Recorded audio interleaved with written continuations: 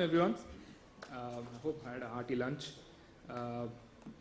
It's great to be speaking amongst some eminent panelists from representing various companies, universities, etc., with many more years of experience than I do.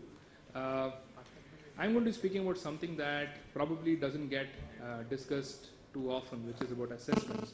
There's a lot of focus on learning. There's a lot of focus on learning platforms. If you take a walk around the exhibition today, you will hardly find an assessment company. Most of them are talking about learning, which is great. There's a huge amount of technology intervention in learning.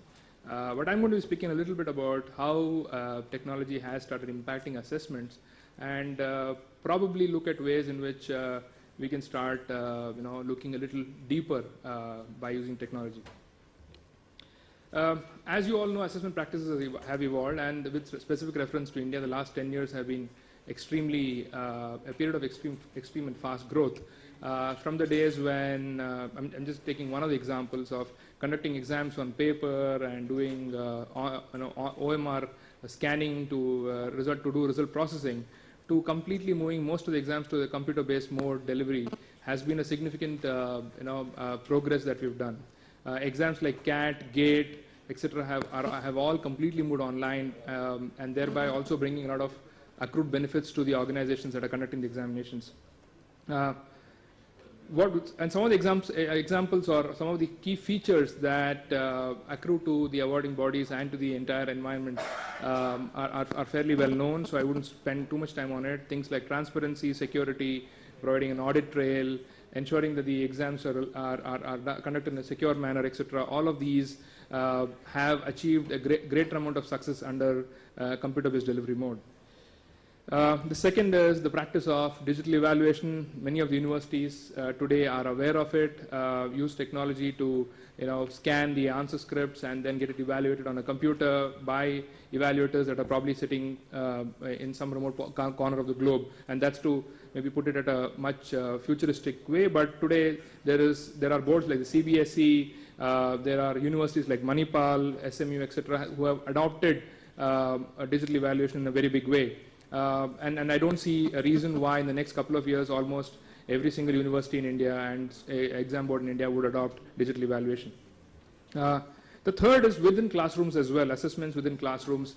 From days, and I'm obviously not talking about all schools, but many schools today use innovative devices like clickers to gauge student responses, to understand student recognition of various concepts, provide feedback to the teachers, and then help the teachers to change the amount of stress given on a particular topic where if there is a gap that is found. But are we still doing enough? So the three examples I spoke about are probably hygiene benchmarks today in an education institution as far as assessments are concerned, using technology to pervade this part of life. But if you were to really look at it, are we really doing enough is a question that we should really ask ourselves, because all we have done is moved from delivering something on a paper-based mode to a computer-based mode. You've changed the playground from a piece of paper and moved it to a computer. But have we really leveraged technology to create that impact in assessments is a question that one needs to ask ourselves. Let me just jog our memories and try to give you some examples of questions that we picked out from some significant exams, right? If you look at most of these exams and most of the questions that I put up there are questions that or questions that actually test only the knowledge level of the individual. It doesn't test the application of the knowledge itself. And some of these questions are part of examinations that decide the career or the position of a student, or the knowledge or the accomplishment of the student in a particular subject. So this is a matrix that most assessment and educationists would, assessment experts and educationists would be familiar with. Clearly, the need is to move up the hierarchy, go to getting into topics like evaluating, creating and analyzing, get into that realm and not get stuck on the remembering and understanding kind of a realm of the entire matrix.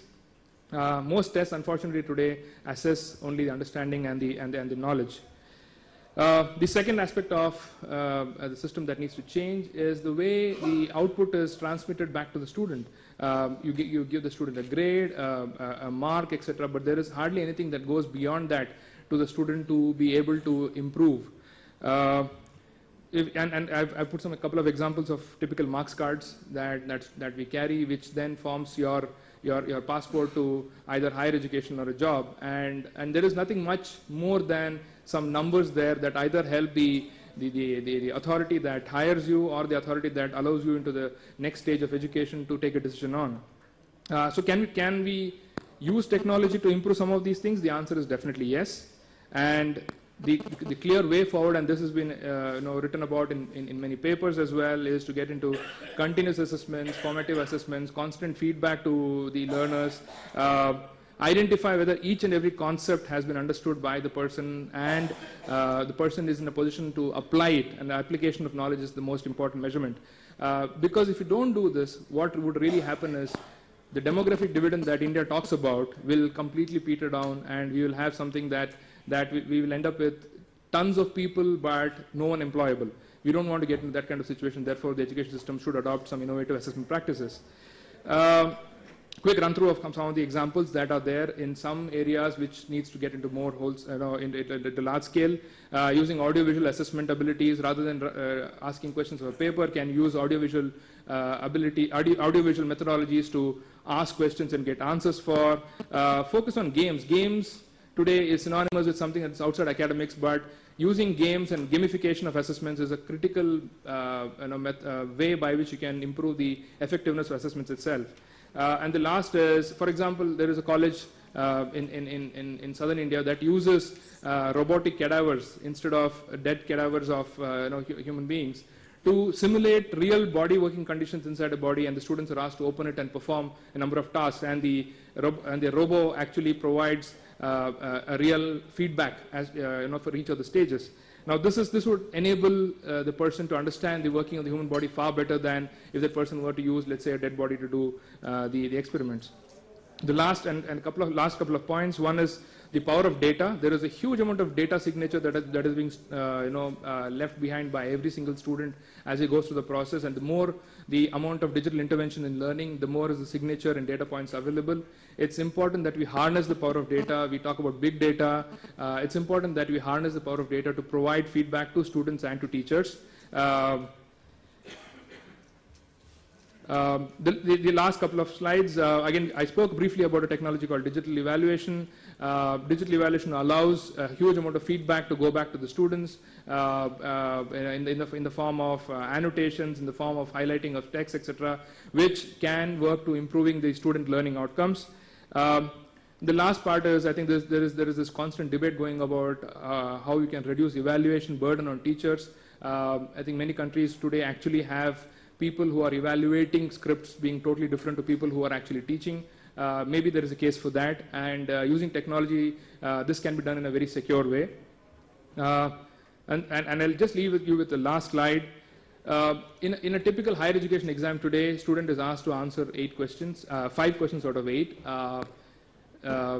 Assuming that all the 8 questions by itself can test the depth of knowledge in a particular subject, by giving students the choice of omitting 3 questions, and then using the output of that, the marks obtained by the student at the end of it, as a measure of the student's expertise in the subject, aren't we being unfair to the student and to the community at whole? So someone who gets, let's say, a 60% mark is actually probably answered only 3 out of the 8 questions.